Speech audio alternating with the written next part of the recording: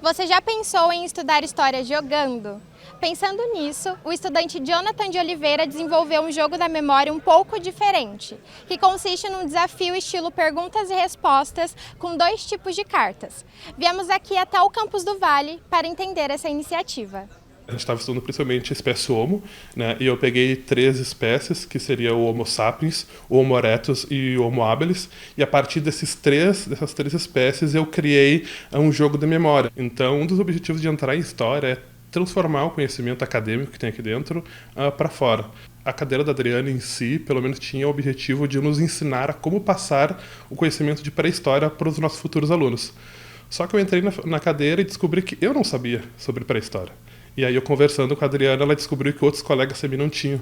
Então, ela passou primeiramente a nos ensinar a pré-história, para depois nos ensinar como passar o conhecimento de pré-história, né? E quando a gente estava na cadeira, a gente tinha um trabalho final, que eles trabalham de fazer um artigo acadêmico, e eu perguntei para ela se eu não podia transformar aquele artigo em um jogo.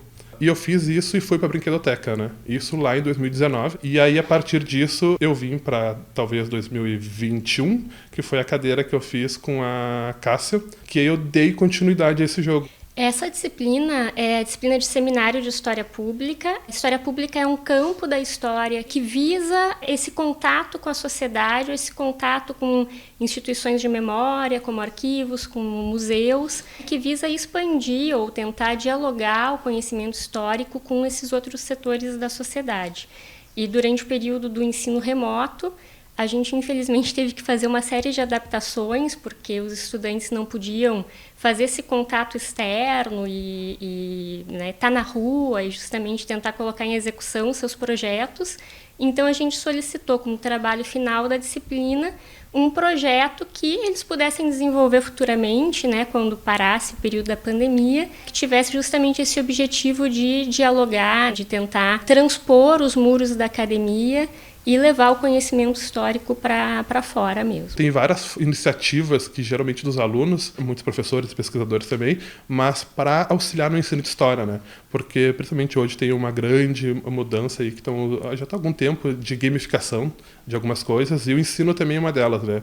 Então, transformar o conhecimento histórico em forma de game é uma forma também de auxiliar. Hoje, acredito que quem quiser dar uma olhada não só no meu jogo, mas em tantos outros jogos e outras iniciativas pedagógicas, é só ir lá no prédio da FACED, né, no centro, aqui em Porto Alegre, na URGS, que vai ter acesso lá à brinquedoteca. Do meu ponto de vista, sempre é importante que os estudantes consigam já ir exercitando ao longo da graduação uma série de capacidades que eles têm que desenvolver como profissionais, né?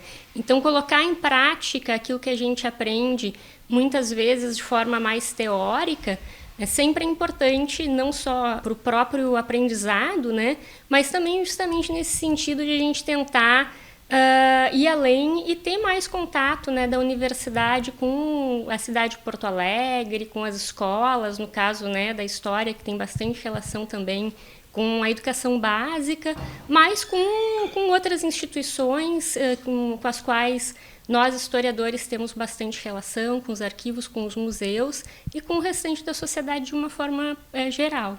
E aí eu descobri outra coisa, mostrando o jogo e fazendo alguns treinamentos com aquele jogo. Aquele jogo não é só para crianças. Aquele jogo serve muito para as pessoas que não teve, como eu, que fui ter pré-história quando cheguei na universidade.